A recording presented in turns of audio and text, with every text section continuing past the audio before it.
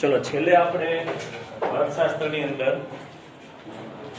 સ્વાતંત્ર્ય પહેલાનું ભારતનું અર્થતંત્ર જોતા હતા. એની અંદર છેલ્લે આવ્યા હતા આપણે આર્થિક શોષણ.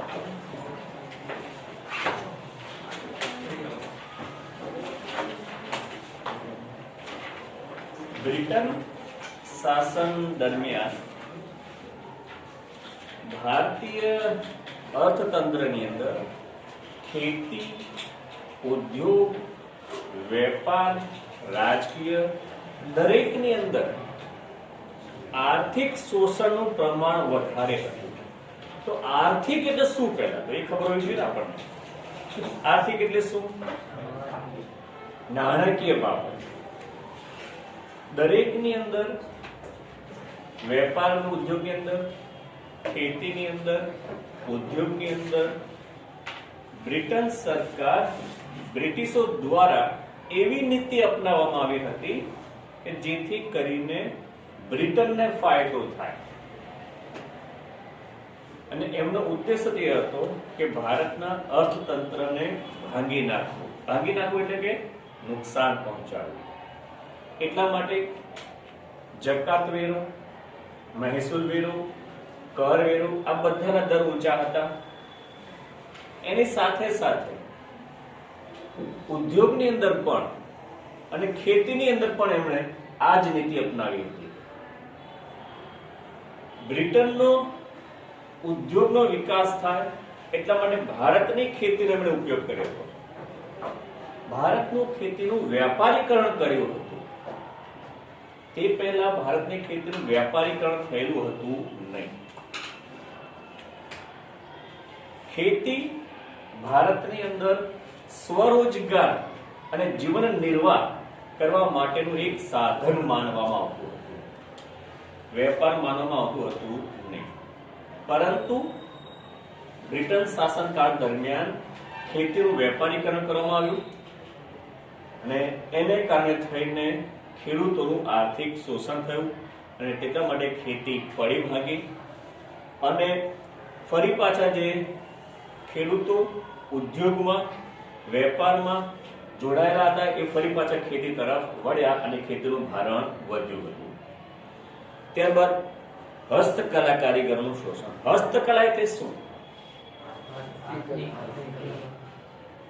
હાથની કલા. એમાં વધારે પડતું હસ્તકલાની અંદર ભરત કામ,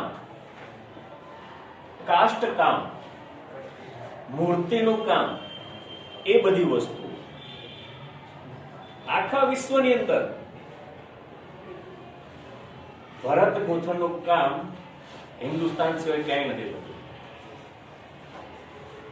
ખ્યાલ હોય ભરતનું કામ બધાને ખબર હોય તો ગ્રામ્ય વિસ્તારમાં વધારે થાય. એક એ વસ્તુ. બીજું કાષ્ટ કામ, લાકડા ઉપર કોતરણી, લાકડાની કોતરણી કામ. મંદિરો જોઈએ આપણે, જૂના પુરાણા મંદિરો જોઈએ તો લાકડાની કોતરણી જે હોય છે એવું કામ આખા વિશ્વમાં ક્યાંય નથી થતું. મૂર્તિ કામ, મૂર્તિઓ તાંબાની, સોનાની, ચાંદીની, પિત્તળની મૂર્તિઓ જે આખા વિશ્વમાં બીજી કાંઈ બનાવવામાં આવતી નથી. તો આ બધાની માંગ આખા વિશ્વમાં વધારે હતી. કારણ કે આવું ક્યાંય બનતું જ ન હતું. તમે જો જૂના પિક્ચરો જોયા હોય તો જે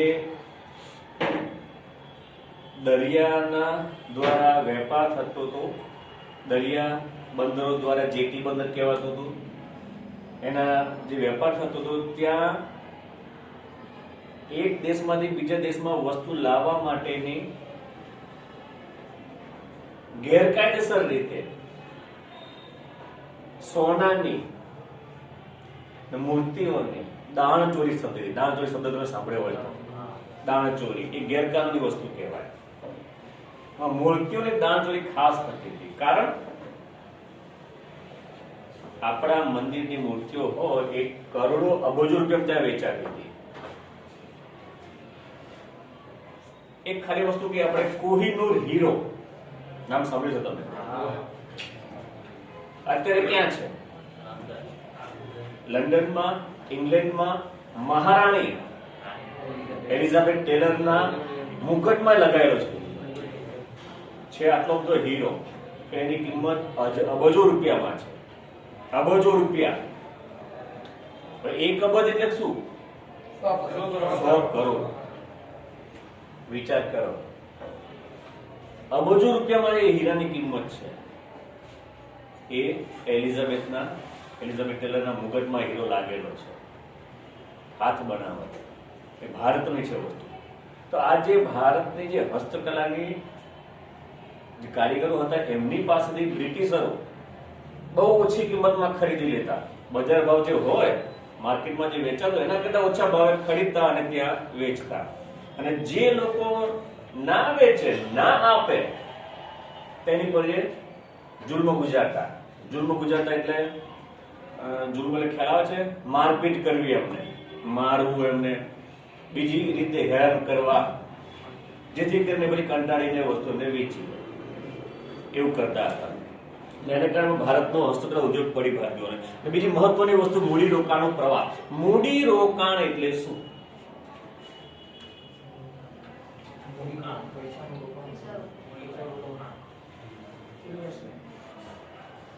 મૂડી રોકાણ,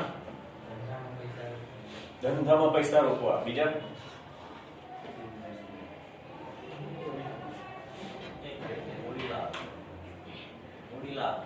મૂડી લાવવી. બીજું કોઈ? રોકાણ, મૂડી રોકાણ. ઇન્વેસ્ટમેન્ટ. રોકાણ એટલે શું? ખાલી ચલો મૂડી શબ્દ બાદ પૈસા રોકવા. અહીંયા છે મૂડી રોકાણ અને એનો પ્રવાહ. પ્રવાહ એટલે શું? ગતિ. તો બ્રિટિશરો દ્વારા ભારતમાં થતા મૂડી રોકાણનો પ્રવાહ, એની ગતિ બ્રિટન તરફી હતી. બ્રિટન તરફી એટલે શું? બ્રિટનને ફાયદો થાય. દાખલા તરીકે પહેલા આપણે રેલવેની વાત કરીએ કે રેલવેમાં રોકાણ કર્યું, રોકાણના પૈસા લગાય, રેલવે લાઈન બનાવી. રેલવે લાઈન નાખવા માટેના, એન્જિન બનાવવા માટેના, ડબ્બા બનાવવા માટેના જે પૈસા રોકવામાં આવે એને કહેવાય મૂડી રોકાણ. અને એમાં પણ એમને ફાયદો થાય. એમને ફાયદો 3 કીધો હતો. એક, લશ્કરની હેરફેર. ભારત આટલું મોટું વિસ્તાર, હિન્દુસ્તાન હતું એ વખતે. પાકિસ્તાન, બાંગ્લાદેશ, શ્રીલંકા, ભારત બધું ભેગું થઈને હિન્દુસ્તાન હતું. તો આટલા મોટા વિસ્તારમાં સૈનિકોની હેરફેર એક જગ્યાએથી બીજી જગ્યાએ કરવા માટે, એક એના માટે, બીજી માલસામાનની હેરફેર કરવા માટે, એક જગ્યાએથી બીજી જગ્યાએ માલસામાનની હેરફેર કરવી, અને ત્રીજું ઉદ્યોગ માટે. તો 3 માટે થઈને એમને જ્યાં ફાયદો થયો એ જગ્યાએ રેલવે લાઈન નાખી. એમને ફાયદો થાય. આ રેલવેની વાત થઈ, બરોબર. અને આમાં પાછું શું? રેલવે બનાવવા માટેના જે એન્જિનિયરો જોઈએ ને એને તજજ્ઞો કહેવાય સાદી ભાષામાં. એ એન્જિનિયરો પાછા બ્રિટનથી લાવવામાં આવે, આપણા નહીં. ત્યાંથી એન્જિનિયરો લાવે, મૂડી ત્યાંથી લાવે અને આપણને લોન આપે. એટલે આપણે એનું વ્યાજ ચૂકવવાનું અને એ એન્જિનિયર પગારે આપણે આપવાનો. એન્જિનિયર એમના, પૈસા એમના, પગાર આપણે આપવાનો, ખર્ચા આપણે કરવાના. પણ કેવી રીતે? લોન દ્વારા. એના હપ્તા અને વ્યાજ આપવું પડે. આ રેલવે ઉદ્યોગની વાત થઈ. શિક્ષણ. શિક્ષણમાં પણ એમને જ્યાં જોઈતા હતા હિસાબનીશ માણસો જોઈતા હતા, એટલે કારકુન, ક્લાર્ક. એનું કામ હિસાબ કરવાનું. તો એટલા માટે એમણે માત્ર ને માત્ર કારકુન બને તેવી જ શિક્ષણ પદ્ધતિ અપનાવી. કારકુન એટલે આપણે કોમર્સ વાળા એટલે ગુજરાતની અંદર અને ભારતની અંદર સૌથી વધારેમાં વધારે કોમર્સની કોલેજો છે અને એ અત્યારે ચાલી આવે છે. આપણે કોમર્સની કોલેજો અમદાવાદની વાત કરીએ આપણે તો અમદાવાદમાં એન્જિનિયરિંગ અને મેડિકલ કોલેજો કેટલી, એની સામે કોમર્સની કોલેજો કેટલી? ઢગલાબંધ છે કોમર્સની કોલેજો. એન્જિનિયરિંગ ગણી કાઠી, મેડિકલ ગણી કાઠી, આંગીના વેઢે ગણાય એટલી એન્જિનિયરિંગ મેડિકલની. અને કોમર્સની તો આપણી આસપાસ 5 કોલેજ આવેલી છે 5 કિલોમીટર વિસ્તારમાં જ. મેડિકલ કોલેજ એક કે નહીં. એટલે એમને હિસાબ કરવા માટે ક્લાર્કની જરૂર હતી એટલે એવી શિક્ષણ પદ્ધતિ અપનાવી જેથી એવી કોલેજો ખોલી કે માત્ર ક્લાર્ક બની શકાય, બીજું કંઈ બની શકાય નહીં. એટલે એમને કામ આવે. જો એન્જિનિયર બને તો એન્જિનિયરની કોલેજ લોકો નાખે તો ભારતમાં જ એન્જિનિયર બનવા માંડે તો એમના એન્જિનિયરોનો પછી શું થાય? ખ્યાલ આવ્યો? એટલે બ્રિટનને ફાયદો થાય એ પ્રકારની શિક્ષણ પદ્ધતિ, રેલવે પદ્ધતિ અને એ પ્રકારનું વિકસન કર્યો. એટલે મૂડી રોકાણ બધું નાણાકીય આર્થિક રીતે મૂડીરોકાણ બધું બ્રિટનને ફાયદો થાય તે પ્રકારનું મૂડીરોકાણ કરવામાં આવ્યું અને જેથી કરીને એનો બોજ પાછો ભારતે ઉપાડવાનો. વ્યાજની ચૂકવણી, પગારોની ચૂકવણી એ પછી આપણે કરવાની. હવે એના માટે શું છે જુઓ, શબ્દ યાદ રાખજો પાછળ. હોમ ચાર્જીસ શબ્દ યાદ રાખી દેજો. હોમ ચાર્જીસ એટલે શું? આ પ્રશ્ન પૂછે હોમ ચાર્જીસ એટલે શું? હા, આમાં હોમ એટલે ઘર કહેવાય, પરંતુ અહીંયા આગળ હોમ ચાર્જીસ એટલે બ્રિટન સરકારની જે ભારત પર હુકુમત હતી, શાસન હતું, એનો વહીવટ કરવા માટે જે ખર્ચ ચૂકવાય, બ્રિટન શાસનનો ભારત ઉપર વહીવટ કરવા માટે જે ખર્ચ ચૂકવાય છે તેને હોમ ચાર્જીસ તરીકે ઓળખવામાં આવે છે. જોવાની ખૂબી કેવી? એક તો આપણે શાસન કરવું, લોકો આપણા, દેશ આપણો, સાધનો આપણા અને રાજ એ લોકો કરે. અને એ લોકોને પાછળ વહીવટ કરવા પછી એના સૈનિકો હોય, એના એન્જિનિયરો હોય, બોસ જે કહીએ આપણે, નેતાઓ બધા જે કહીએ એમના, એ બધાના વહીવટી ખર્ચ આપણે ચૂકવવાના. એ લોકોના પગાર, બોનસ, ભથ્થા, ઘરનો ખર્ચ, રહેવાનો ખર્ચ, પછી રિટાયર થાય એટલે પેન્શન, કારણ કે 200 વર્ષ રાજ કર્યું એટલે રિટાયર થાય એટલે પેન્શન આપવાનું. આ બધો ખર્ચ આપણે ચૂકવવાનો. આપણી પાસેથી કમાય અને છતાં એ ખર્ચ કરે અને એ ખર્ચ આપણે ચૂકવવાનો પાછો. અને એ ખર્ચને કહેવાય છે હોમ ચાર્જીસ. એ કેટલો ખર્ચ થયેલો છે જુઓ કે 1900 સૌથી પહેલા 24-25 માં આપણે કેટલા લાખ પાઉન્ડ ચૂકવ્યા? 300 લાખ પાઉન્ડ. ડોલર કરતા પાઉન્ડ મોંઘો છે. ડોલર કરતા પાઉન્ડ મોંઘો છે. તો વિચાર કરો 24 માં, આજથી 100 વર્ષ કહેવાય અંદાજે, આજથી 100 વર્ષ પહેલા આપણે 300 લાખ પાઉન્ડ ભારતની કમાણીને એમને ચૂકવ્યા હતા. આપણે અત્યારે કેટલા રૂપિયા થાય ગણીએ તો? પછી તો 1945 માં કેટલા લાયા તે? 1350 લાખ પાઉન્ડ. કેટલા થઈ ગયા? 4 ગણા. 1350 લાખ પાઉન્ડ આપણે એમને આપ્યા. જોવાની ખૂબી શું? આપણી પર એક તો રાજ કરે, એ કેમ આપણે કરવાનું, એ કેમ આપણે કરવાનું, છતાંય આપણે એમને પૈસા આપવાના. આવું બને ક્યાંય?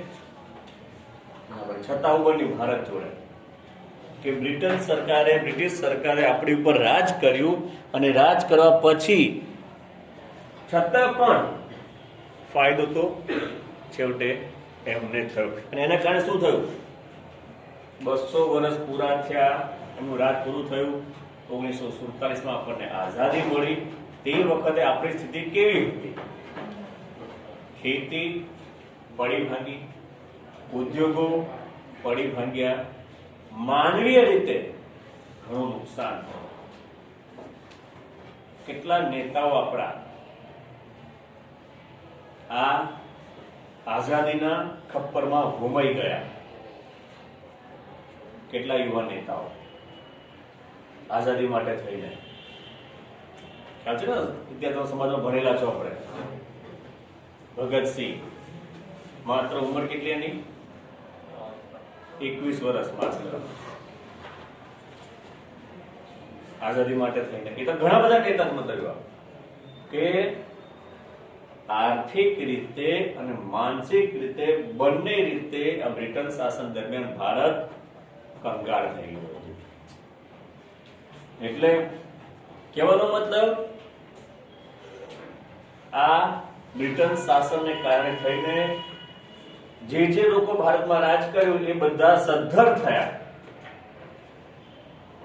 ઇંગ્લેન્ડ આપણા પૈસે સદ્ધર થયું, અંગ્રેજો આપણા પૈસે સદ્ધર થયા, પોર્ટુગીઝ, ફ્રેન્ચ એ બધા આપણા પૈસે સદ્ધર થયા. આપણી બધી વસ્તુઓ ભારતને લોકોએ લૂંટી લીધું. મતલબ કહેવાય છે જ્યારે આઝાદી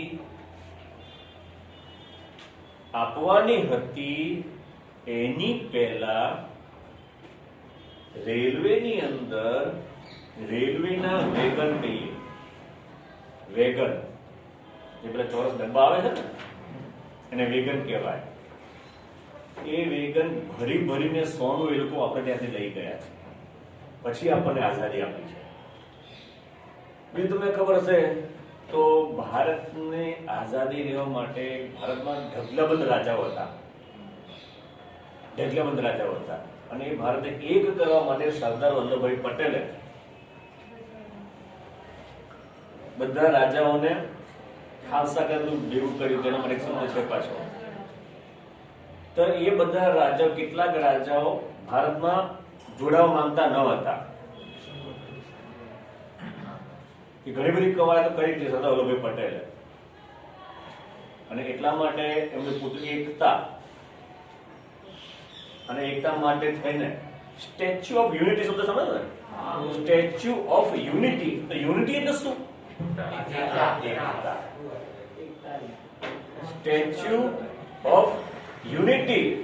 યુનિટી એટલે એકતા. સ્ટેચ્યુ એટલે મૂર્તિ. એકતાની મૂર્તિ એટલે સરદાર વલ્લભભાઈ. જો એ ના હોત ને તો આજે ભારત હજારો ભાગમાં વહેંચાયેલું હતું. કયા ખૂણા ક્યાં પડેલા હોય. અને હજી આપણે આદિવાસી જેવું જ જંગલી જીવન ગુજારતા હોય. કોઈ ઉદ્ધાર ના થયો હતો આપણો. કારણ જે રાજાઓ ભારતમાં જોડવા માંગતા ન હતા તે રાજાઓ રાતોરાત ભારત છોડીને જતા રહેલા. એમની પ્રજાને એમને છોડીને. હમણાં પેલું અફઘાનિસ્તાન તમે સાંભળ્યું હશે, તાલિબાન.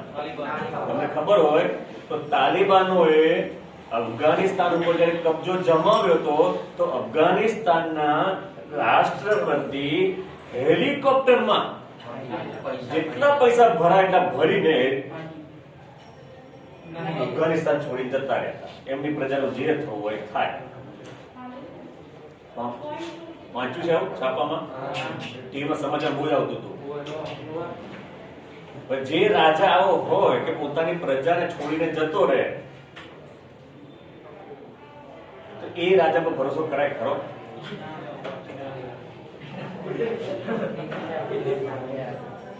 હું તો એમ કહું, જો ખબર પડી હોય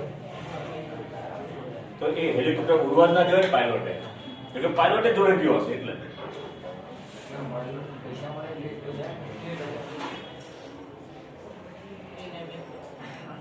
પૈસા મળે એટલે જાય. પૈસા સર્વસ્વ છે? નથી. પૈસા સર્વસ્વ છે નહીં. માનવતા, એમ માનવતા ના કહેવા પણ પડવું નથી, મતલબ પણ કહેવાનો મતલબ જ્યારે આપણો દેશ આઝાદ થયો ત્યારે બ્રિટિશરોએ આપણી પાસે જેટલું આપણને લૂંટાય એટલું 200 વર્ષમાં લૂંટ્યું, અને છેલ્લે પાછી જતી વખતે પણ સોનું ને મૂર્તિ જેટલું લેવાય એટલું ગાડીઓમાં ભરીને રિટર્ન લઈ ગયા. પછી આપણને આઝાદી આપી, અને છેલ્લે આપણે ઝઘડા કરીએ એટલા ભારતને 2 ભાગમાં વહેંચતા ગયા, અને એમાંથી હજી આપણે ઊંચા આવતા નથી.